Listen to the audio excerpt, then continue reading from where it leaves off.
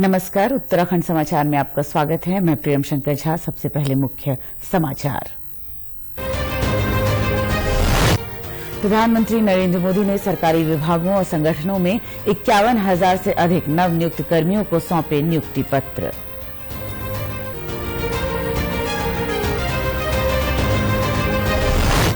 केंद्रीय वाणिज्य एवं उद्योग राज्य मंत्री सोम प्रकाश ने देहरादून में 348 नवनियुक्त कर्मियों को सौंपे नियुक्ति पत्र। वहीं मुख्यमंत्री पुष्कर सिंह धामी ने भी उच्च शिक्षा विभाग की प्रतियोगी परीक्षा में चयनित युवाओं को दिए नियुक्ति पत्र।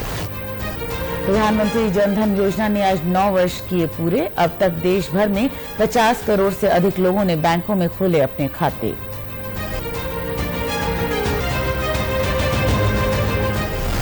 और मुख्यमंत्री के निर्देश पर सचिव कर रहे जिलों का दौरा। पौड़ी और अल्मोड़ा पहुंचे सचिवों ने सरकारी योजनाओं की समीक्षा की। अब समाचार विस्तार से। प्रधानमंत्री नरेंद्र मोदी ने आज वीडियो कॉन्फ्रेंसिंग के जरिए 51,000 से अधिक नवनियुक्तों को नियुक्ति पत्र वितरित किए। ये रोजगार मेले का 8वां संस्करण था, जो देश भर में 45 विभिन्न स्थानों पर आयोजित किया गया। इस रोजगार मेला कार्यक्रम के माध्यम से गृह मंत्रालय ने विभिन्न केंद्रीय सशस्त्र पुलिस बलों और नारकोटिक्स कंट्रोल ब्यूरो के साथ दिल्ली पुलिस में कर्मियों की भर्ती की। नवनियुक्तों को संबोधित करते हुए प्रधानमंत्री नरेंद्र मोदी ने कहा कि हमारे युवाओं के लिए नए रास्ते खोलने के लिए अर्धसैनिक बलों की भर्ती प्रक्रिया में कई बदलाव किए गए हैं।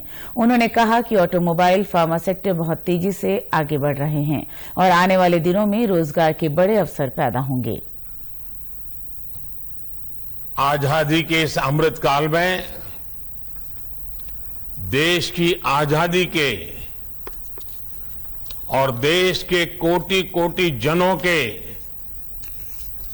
अमृत रक्षक बनने पर आप सबको बहुत बहुत बधाई। मैंने आपको अमृत रक्षक इसलिए कहा क्योंकि आज जिन युवाओं को नियुक्ति पत्र मिल रहा है वो देश की सेवा के साथ साथ देश के नागरिकों की, देश की रक्षा भी करेंगे। वहीं इसी क्रम में देहरादून के सीमा द्वार स्थित आईटीबीपी कैंप सभागार में रोजगार मेले का आयोजन किया गया। केंद्रीय वाणिज्य एवं उद्योग राज्य मंत्री सोम प्रकाश ने राज्य भर के 348 नवनियुक्त कर्मियों को नियुक्ति पत्र प्रदान किए। इस अवसर पर केंद्रीय वाणिज्य एवं उद्योग राज्य मंत्री ने नियुक्ति पत्र धारकों को बधाई और शुभकामनाएं दी। देखिए, जैसे आपको पता है कि आज 8वां रोजगार मेला देश में 45 जो स्थानों पर आज लगा है, जिसमें अपॉइंटमेंट लेटर्स युवाओं को दिए जा रहे हैं और 51,106 लोगों को एम्प्लॉयमेंट के लेटर्स दिए जा रहे हैं। प्रधानमंत्री नरेंद्र भाई मोदी जी का ये आह्वान किया था, एक साल में 10 लाख लोगों को नौकरी देंगे। उसी सिलसिले में ये 8वां आज फंक्शन है और आगे भी 10 लाख पूरी करेंगे, नौकरी देंगे।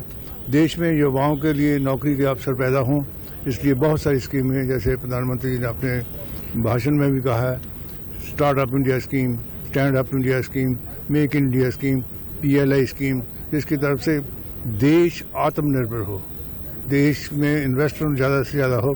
तो बाद से हम चीज़ें मंगाते थे तो यहाँ मैन्युफैक्चर हों, इसलिए जोर दिया जा रहा है। नियुक्ति पत्र पाने वाले नवनियुक्त कर्मियों में खुशी की लहर देखने को मिली। उन्होंने कहा कि आज उनका सपना पूरा हुआ है। हमारा सिलेक्शन ITBP के लिए हुआ है और हमें मतलब बहुत अच्छा लग रहा है कि अब हमें देश की सेवा करनी चाहिए।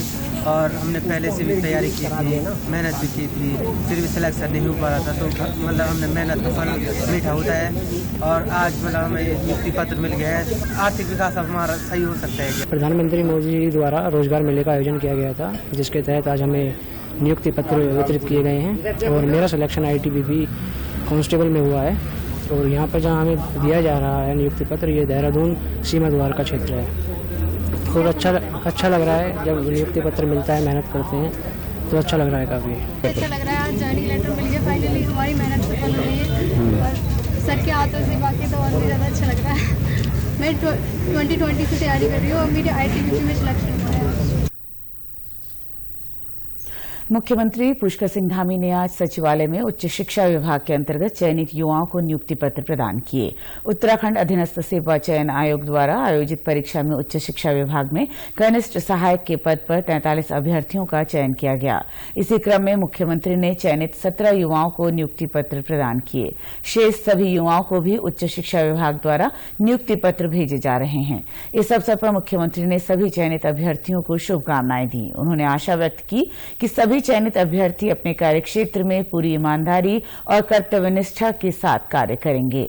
मुख्यमंत्री ने कहा कि राज्य में सख्त नकल विरोधी कानून लागू किया गया है। इसके लागू होने के बाद सभी भर्ती परीक्षाएं पूर्ण पारदर्शिता के साथ संपन्न हो रही हैं। इस कानून के लागू होने के बाद से राज्य में 5 लाख से अधिक लोग प्रतियोगी परीक्षाएं दे चुके हैं। योग्य अभ्यर्थियों का कई परीक्षाओं में चयन भी हो रहा है। केंद्रीय वित्त मंत्री निर्मला सीतारमण ने कहा है कि प्रधानमंत्री जनधन योजना के कारण हुए डिजिटल बदलाव से पिछले 9 वर्षों में देश में वित्तीय समावेशन में क्रांति आई है। वित्तीय समावेशन के लिए सरकार की महत्वपूर्ण योजना प्रधानमंत्री जनधन योजना के 9 वर्ष पूरे होने पर श्रीमती सीतारमण ने कहा है कि 50 करोड़ से अधिक लोगों को जनधन खाते खोलकर औपचारिक बैंकिंग प्रणाली में लाया गया है। इस योजना का शुभारंभ प्रधानमंत्री नरेंद्र मोदी के नेतृत्व में 28 अगस्त 2014 में किया गया था। वित्त मंत्रालय के अनुसार इस योजना के शुभारंभ के बाद 50 करोड़ से अधिक नए बैंक खाते खोले गए हैं। लगभग 56% खाताधारक महिलाएं हैं। लगभग 67% खाते ग्रामीण और अर्ध शहरी क्षेत्रों में खोले गए हैं।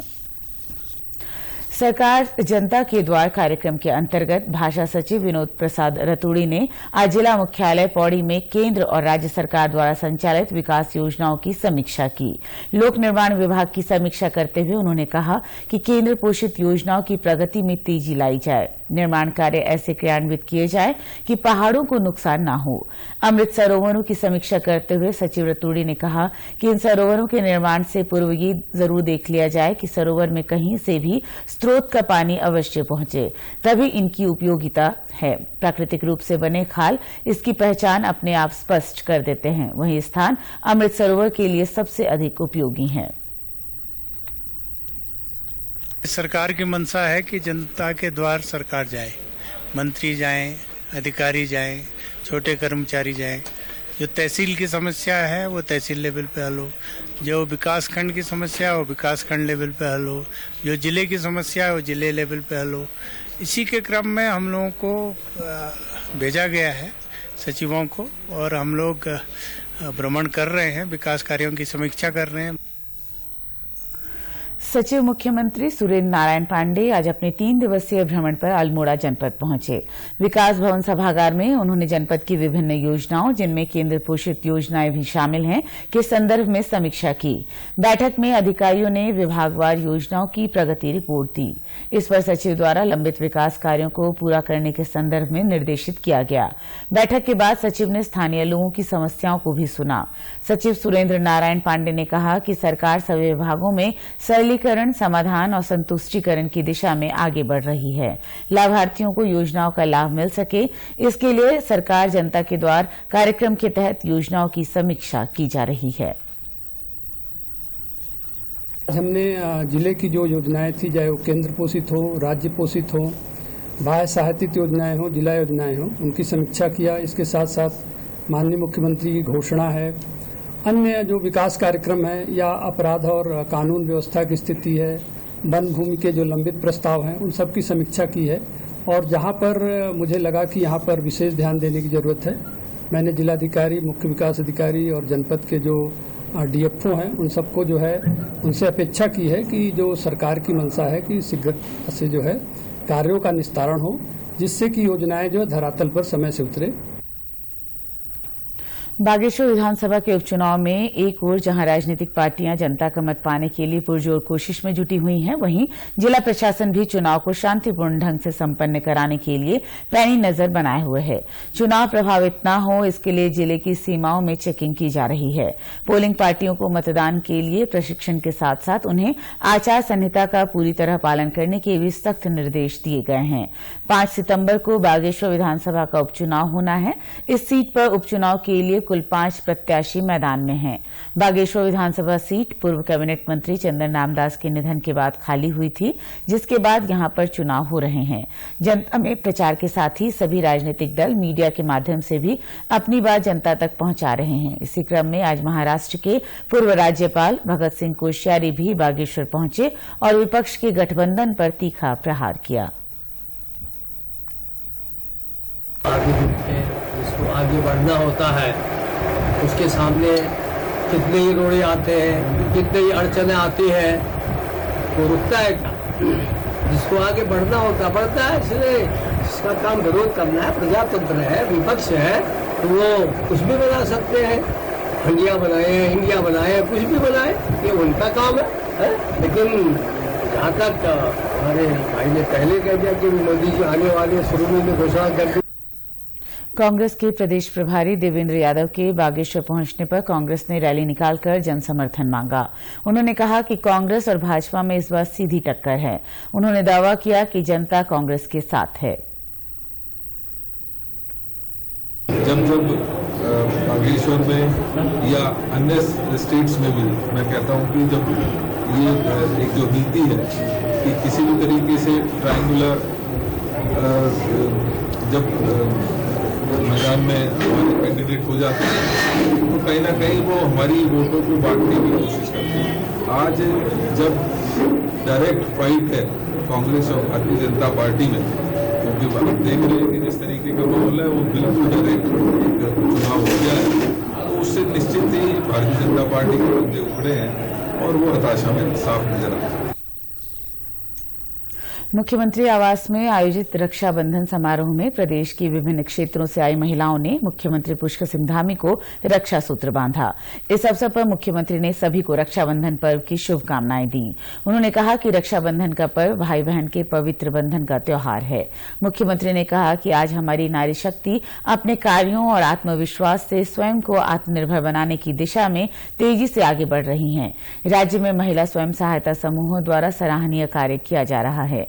महिलाओं को आर्थिक रूप से सशक्त बनाने के लिए महिला स्वयं सहायता समूहों को 5 लाख रुपए तक का ब्याज मुक्त ऋण दिया जा रहा है। राज्य में महिला सशक्त बहना उत्सव योजना शुरू की गई है। आज हर क्षेत्र में हमारी मातृशक्ति का प्रतिनिधित्व बढ़ा है। वहीं मुख्यमंत्री कैंप कार्यालय में मुस्लिम समुदाय की महिलाओं ने भी मुख्यमंत्री को राखी बांधी। प्रदेश के समाचारों में बस इतना ही। चलते चलते मुख्य समाचार एक बार फिर। प्रधानमंत्री नरेंद्र मोदी ने सरकारी विभागों और संगठनों में 51,000 से अधिक नवनियुक्त कर्मियों को सौंपे नियुक्ति पत्र।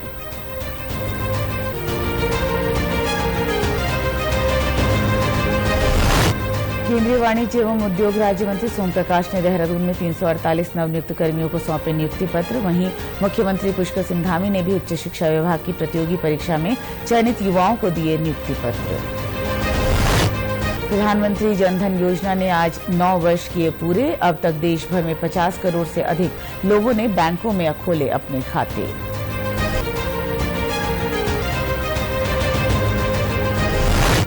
और मुख्यमंत्री के निर्देश पर सचिव कर रहे जिलों का दौरा। पौड़ी और अल्मोड़ा पहुंचे सचिवों ने सरकारी योजनाओं की समीक्षा की।